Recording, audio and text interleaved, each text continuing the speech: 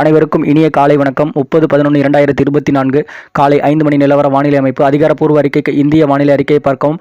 நேற்றைக்கு நம்முடைய 1 நிமிட வானிலை அறிக்கையில் நாம் அறிவித்திருந்தோம். அதாவது சென்னைக்கு தென்கிழக்கு புறமாகவும் மற்றும் நாகைக்கு வடகிழக்கு, புதுச்சேரிக்கு தென்கிழக்கு புறமாகவும் ஒரு 200 சம்திங் அந்த மாதிரி கிலோமீட்டரில் நிலவி வந்த இந்த தீவிர புயல், அதாவது தீவிர புயல்னு சொல்லக்கூடாது, இப்போதைக்கு இது புயல், ஃபெய்ஞ்சல் புயலானது. அது அதே இடத்துல சற்று நகர்ந்து அப்படின்ற மாதிரி தற்பொழுது வடமேற்கு திசையில் நகர்ந்து அது ஓரளவுக்கு ஒரு டிஸ்டன்ஸை கவர் பண்ணி வந்துட்டுருக்கு அப்படின்ற அளவுக்கு தான் இருக்குது இப்போதைக்கு. அது ஏன் அப்படின்னா மேலும் அது தீவிரமடையக்கூடிய ஒரு வாய்ப்புகள் அப்படின்ற மாதிரி சாத்தியக்கூறுகள் தெரிகிறது. இது கண்டிப்பாக செய்தியில் 10-11 மணி அந்த மாதிரி வாக்கில் உங்களுக்கு அப்படின்ற மாதிரி அனௌன்ஸ் பண்ணுறதுக்கான வாய்ப்பு இருக்குது. ஏன் அப்படின்னா டெம்பரேச்சர்ஸும் அதுக்கு சாதக சூழலாக இருக்குது. மேலும் பார்த்திங்கன்னா அது அந்த கடல் வெப்பநீரோட்டமும் அதுக்கு ஏதுவாக உள்ளது அப்படின்றது நம்ம நேற்றே அது வலுவடைகிறதுக்கான வாய்ப்பு தெரிகிறது அப்படின்றது நேற்றே நம்ம அறிவித்திருந்தோம். அதுபோலவே அதுக்கு பார்த்திங்கன்னா அதுக்கு ஏற்ற ஒரு சூழல் இருக்கிறதால கண்டிப்பாக அது தீவிர புயல் முதல் அதிதீவிர புயலுக்காக கூட உருவெடுக்க வாய்ப்பு இருக்கிறது. இதனால் இது வடக்கே செல்ல முற்பட்டாலும் அங்கே பார்த்திங்கன்னா நமக்கு இப்போ அந்த இதில் இணைச்சிருக்கோம் பார்த்திங்க, அந்த இதில் பார்த்திங்கன்னா ஒரு 7000 மீட்டர் அந்த அளவுக்குலே பார்த்திங்கன்னா ஒரு உயரழுத்தம் நிலவுகிறது அரபிக்கடலில்.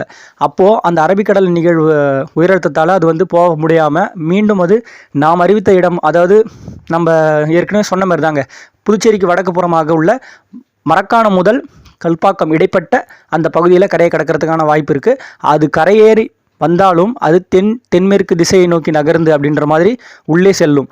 இப்போ இதனால் நமக்கு காற்றின் வேகம் எப்படி இருக்கும் அப்படின்றது, தீவிரம் அதிதீவிரம் என ஏற்படும் பொழுது காற்றின் திசை வேகம் மாறுபடும். கண்டிப்பாக காற்றோடு மழை கண்டிப்பாக அதிகான மழை பொழிவு வட உள் மாவட்டங்களான சென்னை, காஞ்சிபுரம், திருவள்ளூர், செங்கல்பட்டு, வேலூர், ராணிப்பேட்டை, திருப்பத்தூர், அப்புறம் பார்த்திங்கன்னா அந்த கடலோர பகுதியான விழுப்புரம், கடலூர், புதுச்சேரி பகுதிகள் மற்றும் அப்படியே அதனை ஒட்டியுள்ள மாவட்டங்கள் கள்ளக்குறிச்சி, திருவண்ணாமலை பகுதிகள், அப்படியே மேலும் செல்ல அப்படியே சேலம், கிருஷ்ணகிரி, தருமபுரி பகுதிகள், அப்புறம் அப்படியே உள்ள கோயம்புத்தூர், ஈரோடு, நாமக்கல், அப்படியே அந்த சுற்றுவட்டாரம் வட உள் மாவட்டங்கள் அனைத்து மாவட்டங்களுக்குமே நல்ல ஒரு மழைப்பொழிவை கொடுத்து கொண்டே தன்னுடைய நிலையிலிருந்து அது செயலிழந்து கொண்டே போகும். அதாவது தாழ்வு மண்டலமாகவும் அப்படியே அடுத்த ஸ்டேஜ் நன்கமைந்த காற்றழுத்த தாழ்வு பகுதி என அப்படியே செயலிழந்து பொறுமையாக அப்படியே நிலப்பரப்பில் செல்லும் பொழுது படிப்படியாக அந்த மழைப்பொழிவின் தீவிரமானது அகலம், அதாவது கூடும் அந்த பரப்பில்.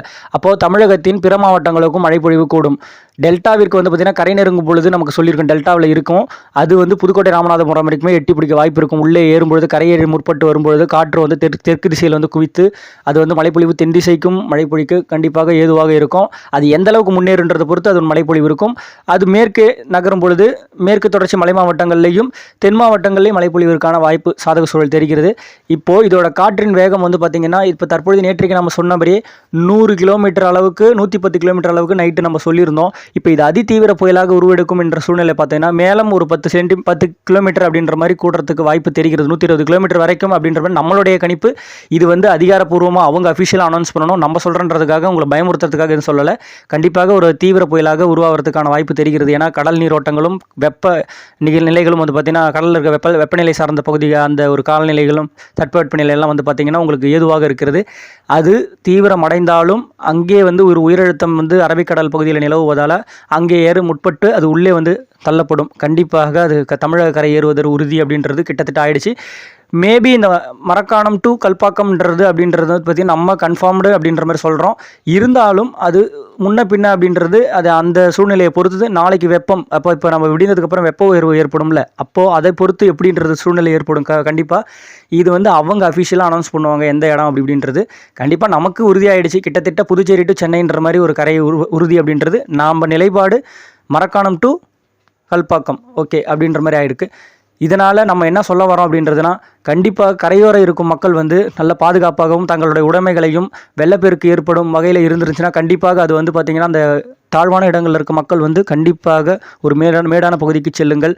இப்பொழுது வரைக்கும் கடலோர மாவட்டங்கள் ஆங்காங்கே உள் மாவட்டங்கள் ஒரு இடங்களில் மிதமானது மழை கொடுத்து கொண்டு வந்திருந்தாலும் அந்த மழைப்பொழிவானது வரும் மணி நேரங்களில் கண்டிப்பாக தீவிரமடையும். இது நகர்வு மெதுவாக நகர்கிறது. இது மேற்கே செல்ல வடமேற்கு நகர்ந்து வரும் பொழுது மழைப்பொழிவின் அளவும் தீவிரமும் கூடும். கண்டிப்பாக சென்னை கடலோரமில் திருவள்ளூர், காஞ்சிபுரம், செங்கல்பட்டு அப்படி அந்த வட மாவட்டங்களில், அதுக்கப்புறம் பார்த்திங்கன்னா டெல்டாவில் ஒரு இடங்களில், உள் மாவட்டங்களில் ஒரு இடங்களில் அப்படின்ற மாதிரி அதோட தாக்கம் இருந்து காணப்பட்டாலும் கண்டிப்பாக மழைப்பொழிவு வட மாவட்டங்களில் இரவுலாம் பார்த்திங்கன்னா நல்ல ஒரு மழைப்பொழிவு கொடுத்து கொண்டு விட்டு அப்படின்ற மாதிரி இருந்துட்டு தான் இருந்திருக்கும். கண்டிப்பாக இது இன்னும் மேலும் தீவிரமடையும். இது மேற்கு வடமேற்கு வடகிழக்கு திசை நோக்கி வரும்பொழுது இது படிப்படியாக அது கரையை ஏறி பிறகு உள் மாவட்டங்களிலும் வந்து பார்த்திங்கன்னா மழைப்பொழிவு கூடும். கரை ஏறும் பொழுது கண்டிப்பாக கடலின் அலையின் சீற்றம் வந்து அதிகமாகத்தான் காணப்படும். ஸோ அதனால் நம்ம படகுகளெல்லாம் வந்து பார்த்திங்கன்னா சேதம் ஏற்படாத வகையில் நம்ம வந்து கரெக்டாக பாதுகாப்பாக என்ன பண்ணணுமோ அதுக்கான முறையை செய்து கொள்ளுங்கள். காற்றின் வேகம் அதிகமாக இருக்கக்கூடுவதால் படகுகளும் சேதாரம் அடைகிறதுக்கான வாய்ப்பு இருக்கிறது.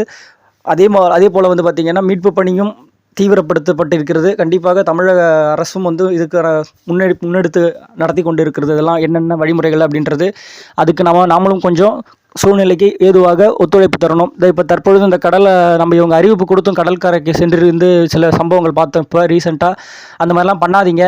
வானிலை வந்து மாறுதலுக்கு உட்பட்டதால் தாங்க இவ்வளோ ஒரு கணிக்க முடியாத ஒரு இது அப்படின்ற மாதிரி சில பேர் அப்படின்ற மாதிரி ரொம்ப நானே கூட இதில் வர அந்த சார்ந்த அலைகள் அதாவது எப்படி சொல்கிறது, என்கிட்டே கூட இந்த சில எக்யூப்மெண்ட்ஸ் அப்படி இப்படிலாம் கிடையாது. நமக்கு எட்டின ஒரு சில அறிவுகளை வச்சு இப்படி இருக்கும் அப்படின்ற யூகத்தில் தான் சில விஷயங்களை சொல்கிறோம். இதனால் நம்ம வந்து இது ஒரு ஆர்வத்தால் எல்லாரும் நம்மளை போல் அப்படின்ற மாதிரி சொல்கிறாங்க. சில பேருக்கு அது கணிப்பு தவறலாம், சில பேருக்கு இப்படி இருக்கலாம் அப்படின்றது ஒரு சில அந்த வார்த்தைகளை உச்சரிக்கும் விதத்தில் தான் நம்ம வந்து அது பயமுறுத்துறதுக்காகவோ எதுவும் சொல்ல வரல. இது இப்படி இருக்கும், முன்னெச்சரிக்கையில் இருங்க அப்படின்றது அது வந்து அப்பப்போ வழங்கிட்டு அப்டேட்ஸ் கொடுத்துட்டு தான் வந்துட்டுருக்கோம். இப்போ இந்த நிகழ்வு ஆரம்பத்திலேருந்து அதாவது 18 தேதியிலேருந்து இப்போ வரைக்குமே நம்ம என்னென்ன பேசிகிட்டு இருக்கோம் அப்படின்றது இது வரைக்கும் பார்க்காதவங்க யாராக இருந்தாலும் பாருங்கள். எதுவும் இங்கே எதையும் வந்து பயமுறுத்துறதுக்காக எதுவும் இல்லை, இருக்கிற நிலைப்பாடை சொல்கிறோம். வானிலையோடு இணைந்தே இருங்கள் எப்பொழுதும். நன்றி, வணக்கம்.